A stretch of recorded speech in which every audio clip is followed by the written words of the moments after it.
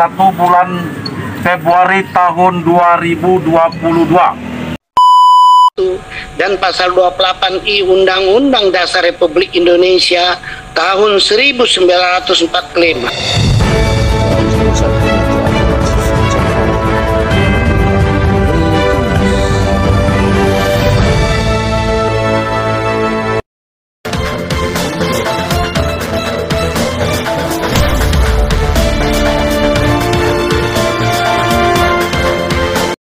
Menjadikan verifikasi perusahaan pers dan kepemilikan SKW produk Dewan Pers sebagai syarat kerjasama publikasi.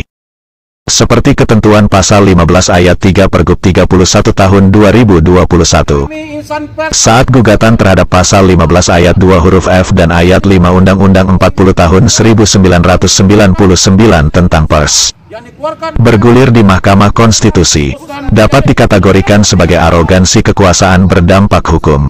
Sebab, jika permohonan 3 pemohon berprofesi sebagai wartawan dan pimpinan perusahaan pers berbadan hukum, Heince Gronsen Mandagi, Hans M. Kawengian, dan Sugiharto Santoso, sebagai pemohon 1, 2, dan 3, dengan Dewan Pers selaku pihak terkait, dikabulkan MK, maka peraturan Dewan Pers tentang verifikasi dan SKW, tentu saja harus dinyatakan batal, atau tidak berlaku.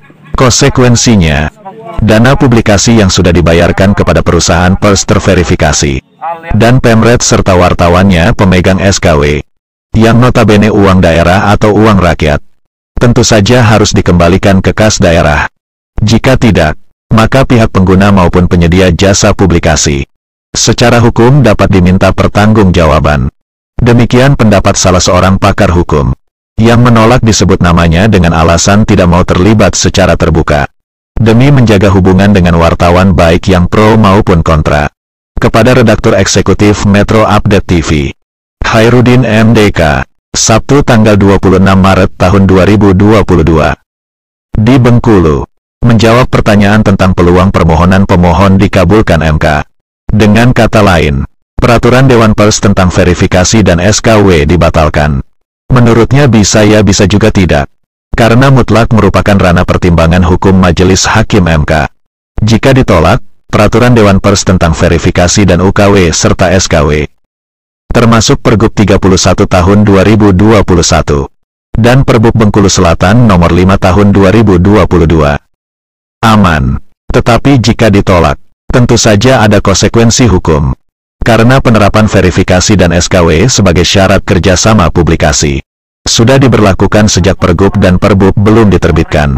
Ujarnya, menurut siaran pers MK, para pemohon menilai, akibat ketidakjelasan tafsir pasal 15 ayat 2 huruf F, Undang-Undang 40 tahun 1999 tentang pers, peraturan Dewan Pers telah menciderai kemerdekaan dan kebebasan pers. Dewan Pers menghilangkan hak organisasi-organisasi pers dalam menyusun dan membuat peraturan-peraturan di bidang pers, dalam upaya meningkatkan kualitas profesi wartawan.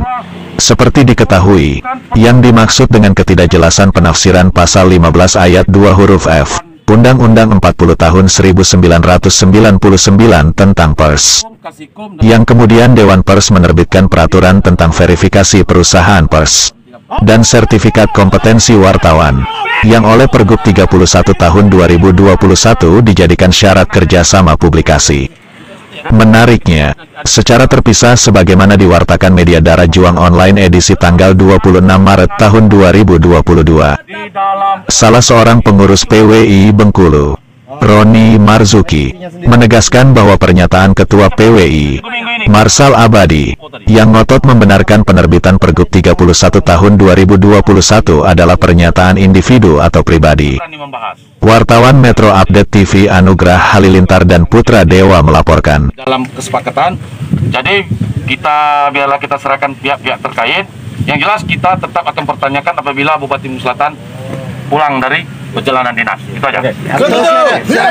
Bagaimana siaran langsung?